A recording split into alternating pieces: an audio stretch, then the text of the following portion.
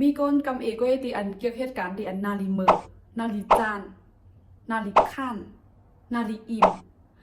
ย่อก็มีคนในหนึ่งปากในมีคนหนึ่งก็อ่ำจะก็หมอก10ก็ข้างในแก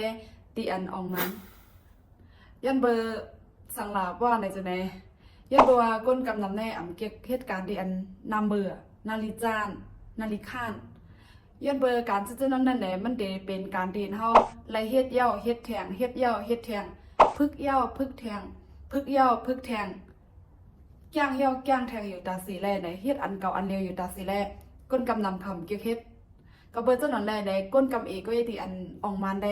ก้นกำเอกก็ที่อันเป็นกว่าจ้อมโดยเดียนเขาใครเป็นยันเบอร์ว่า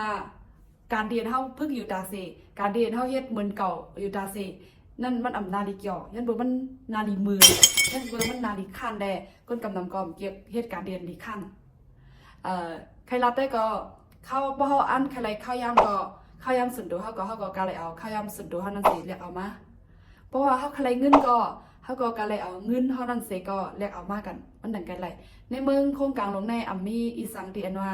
อัมสังทุกใครก็เป็นกว่าอัมมีอีสังเดียนว่าเลยมาเลยจ้อมเลยแต่ดังอัมสังทุกจ้อมหนังไทยเขาห้องว่ามันไม่มีความบังเอิญมันไม่มีความบังเอิญแล้วก็ได้มา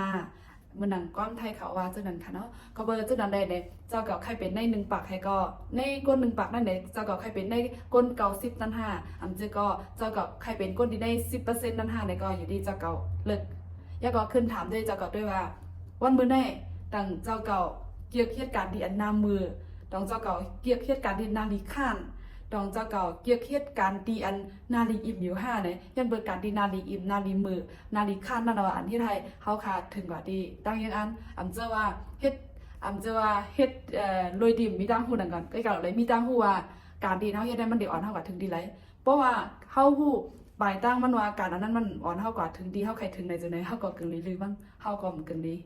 สืบเฮ็ดกว่าได้ติกะก็อีกะเพราะเฮาฮู้ว่าปลายตั้งมันอันไหนมันได้อ่อนเฮากว่าถึงไรที่เฮาใครถึงเพราะว่าจังได๋จังได๋เฮาเกิงดีเฮ็ดไว้การนั้นพึกเยอะก็พึกแทงพึกเยอะก็พึกแทงพึกเยอะก็พึกแทงเฮ็ดเยอะก็เฮ็ดแทงเฮ็ดเยอะก็เฮ็ดแทงหมอเฮ็ดแทงนั่นก่อนเฮาถึงได้หมอให้ก็ลงเรียนมาแล้วเขายาม1 ปีกว่ามื้อนั้นได้จึงจับปานเฮามันเดินอำเบิ่นกันดังก้นดีอันเขาอยู่ง่ายลมใจนั่นก็ใครสั่งถึงว่าได้เพราะใครเขายามสุดเดียวก็ได้เอาเขายามสุดเดียวให้แลกเอาเพราะใครเงินก็เพราะใครมีเงินก็ได้เอาเงินให้ก็แลกเอามันมาตั้งแต่รายวันไหนค่ะไม่ส่งค่ะ